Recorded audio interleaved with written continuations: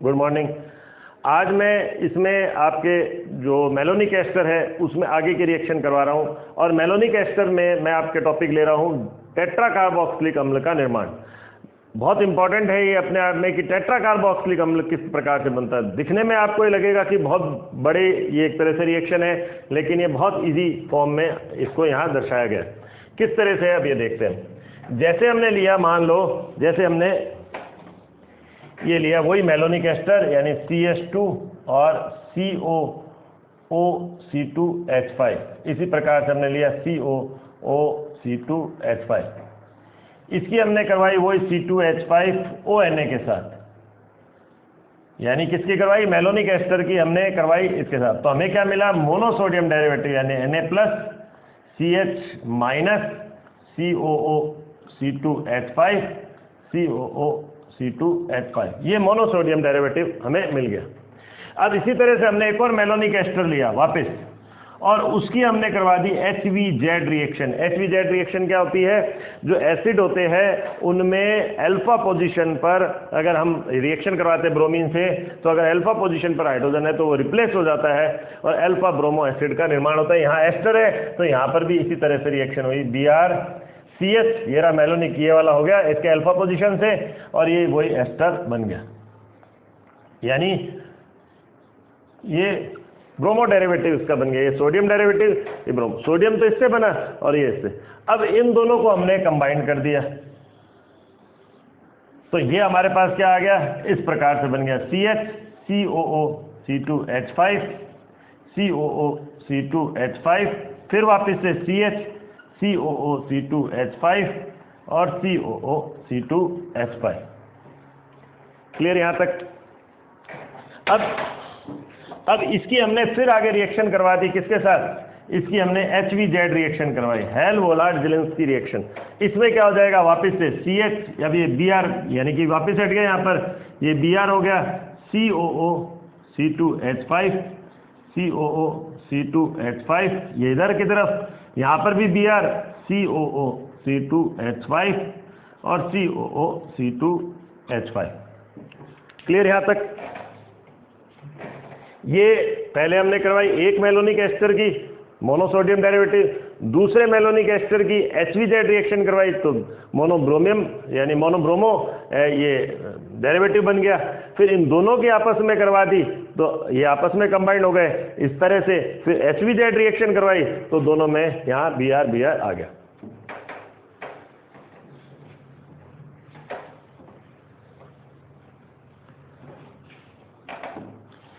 अब हम वापस से करवाते हैं मेलोनिक एस्टर। मेलोनिक एस्टर मैं यहाँ लिख देता हूँ, मेलोनिक एस्टर और C2H5ONA। ऐसे ही एक और मेलोनिक एस्टर लिया और C2H5ONA बना। तो यहाँ पर आपके क्या बन गया, Na प्लस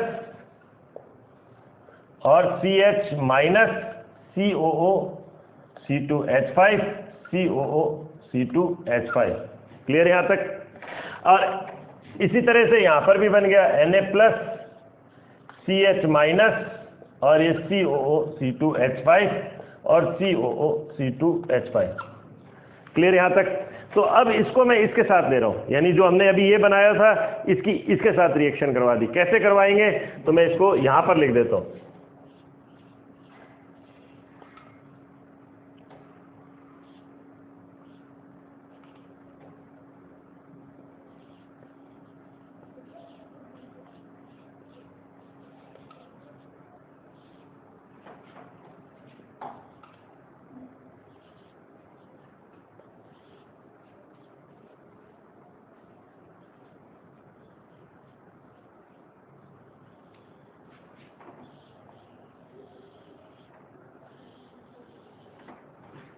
क्लियर, ये दोनों मोल हमने यहाँ लिख दिए, और अब हमारे पास इस तरह से कंपाउंड बन गया CH COOC2H5 COOC2H5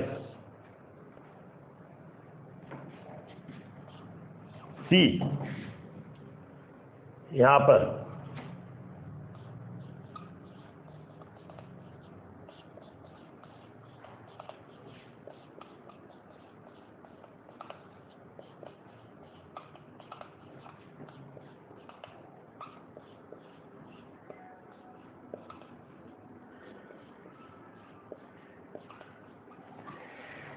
ये एक तरह से सारे के सारे यहाँ पर एस्ट्रिक ग्रुप है। अब इसका हमने अम्लीय जल अपघटन करवाया, तो अम्लीय जल अपघटन करवाने पर क्या होगा, ये सारे एस्ट्रिक ग्रुप किस में बदल जाएंगे, ये एसिडिक ग्रुप के अंदर कन्वर्ट हो जाएंगे। ये सारे एसिड, ये जो ग्रुप होंगे ये किस प्रकार से हो जाएंगे, यानी हम लेंगे COOH, ये अम्लीय जल अपघटन,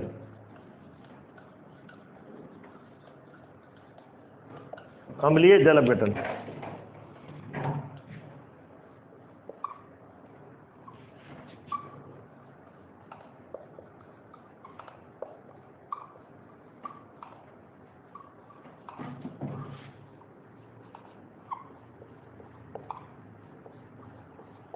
ये इस तरह से। अब इसको गर्म करा, गर्म करने पर क्या होता है, गर्म करने पर मैंने आपको बताया था 150 से 200 डिग्री सेल्सियस तक लगभग गर्म करते हैं। तो एक कार्बन पर जो दो कार्बोक्सिलिक ग्रुप होते हैं उसमें से एक CO2 अलग हो जाता है, ये इस तरह से। क्लियर, तो यानी 4 CO2 अलग हो गए यहाँ पर, तो आपके क्या बन गया CH2, और यहाँ क्या हो गया आपके COOH, ये आपके CH2 और COOH, और यहाँ आगे C, ये H आ जाएगा यहाँ पर, और COOH। इसी तरह से ये रहा CH आ जाएगा, CO2 तो निकल गया, COOH, और यहाँ आ गया आपके CH2 COOH।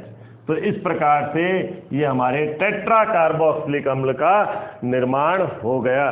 ये एक तरह से हमारे पास क्या हो गया, 6 कार्बन का, यानी एक तरह से ये एडिपिक एसिड तो है ही, लेकिन ये क्या हो गया, सब्स्टिट्यूटेड एडिपिक एसिड का, यानी प्रतिस्थापी एडिपिक अम्ल का निर्माण हुआ।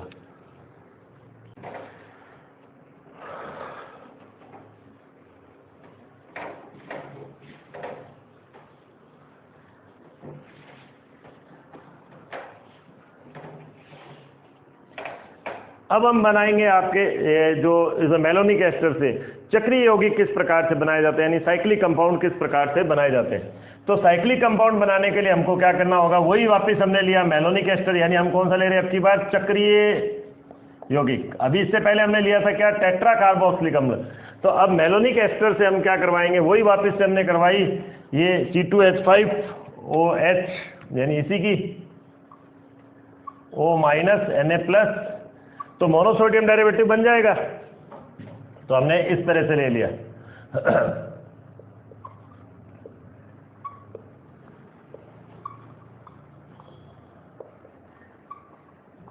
और हमने वापस से एक बार करवा दी C2H5O- Na+, तो ये 2 बार बन गया, यानी डाई सोडियम डेरिवेटिव बन गया। यानी कैसे हो गया, मैं इसको यूं लिख देता हूं Na+, और 2 बार नेगेटिव इसके ऊपर मैंने यूं दिखा दिया।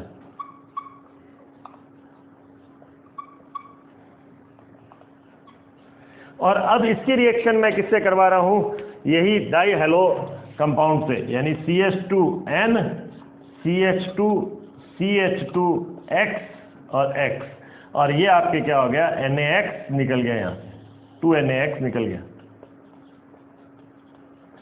ये डाई हेलोजन ले लिया हमने और ये 2NaX निकल गया, तो यहाँ पर हो गया CH2N, CH2, CH2, COO, C2H5, COO, C2H5। अब वही पैटर्न है जो अभी तक हम करते आए। ये अब एस्ट्रिक ग्रुप है, इसका हमने क्या करवा दिया, अम्लीय जल अपघटन करवा दिया।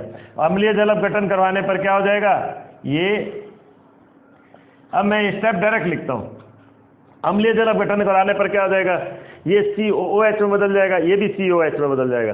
दूसरे स्टेप में आपने क्या कर दिया, इसको गर्म कर दिया। गर्म कर दिया तो क्या हो जाएगा, एक CO2 निकल जाएगा, यानी गर्म करने पर एक CO2 निकल गया। तो आपके क्या बन गया इसमें प्रोडक्ट, मैं यहाँ लिख देता हूँ एक बार, CH2N, CH2, CH2, C, और एक हमने कहा है कि पहले पे तो COOH बन गया, फिर यहाँ पर भी COOH बन गया, और गर्म करने पर एक CO2 निकल गया, तो यहाँ पर आपके बन गया CH, COOH। और अब लास्ट में हमने किससे करवा दी, सोडा लाइम के साथ, और सोडा लाइम से करवाने पर CH2N, CH2, CH2, CH2, ये CO2 निकल गया।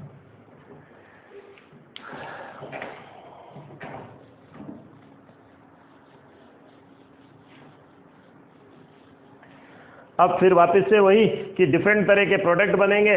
जैसे हमने लिया, मान लो n बराबर हमने 0 लिया, तो हमने अभी कौन सा लिया था, CH2n CH2x लिया है ना, ये वाला ये लिया है। तो इसका मतलब n बराबर 0 लेने पर यहाँ क्या हमने ले लिया, एक तरह से CH2x, यानी कौन सा हो गया, विसिनल डाइहैलाइड या 1,2-डाइक्लोरो या 1,2-डाइहेलो इथेन। तो अब इसकी जब हमने इससे करा तो हमारा प्रोडक्ट क्या बना, प्रोडक्ट हमारे पास क्या बना, यानी उत्पाद, ये n बराबर अगर हम 0 लेते हैं तो हमारे पास क्या बना, साइक्लोप्रोपेन। इसी तरह से अगर हमने n बराबर 1 लिया तो n बराबर 1 लेने पर हमारे पास क्या हो जाएगा, ये इस तरह से, यानी 1,3-डाइहेलोप्रोपेन लिया हमने तो हमारे क्या बन गया, साइक्लोब्यूटेन। इसी प्रकार n बराबर 2 लेने पर साइक्लोपेंटेन, n बराबर 3 लेने पर साइक्लोहेक्सेन का निर्माण होगा। तो इस प्रकार हम डिफरेंट तरह के साइक्लिक कंपाउंड, चक्रीय यौगिक बना सकते हैं। आज के लिए हम इतना ही लेंगे, अगला टॉपिक नेक्स्ट वीडियो में। Thank you.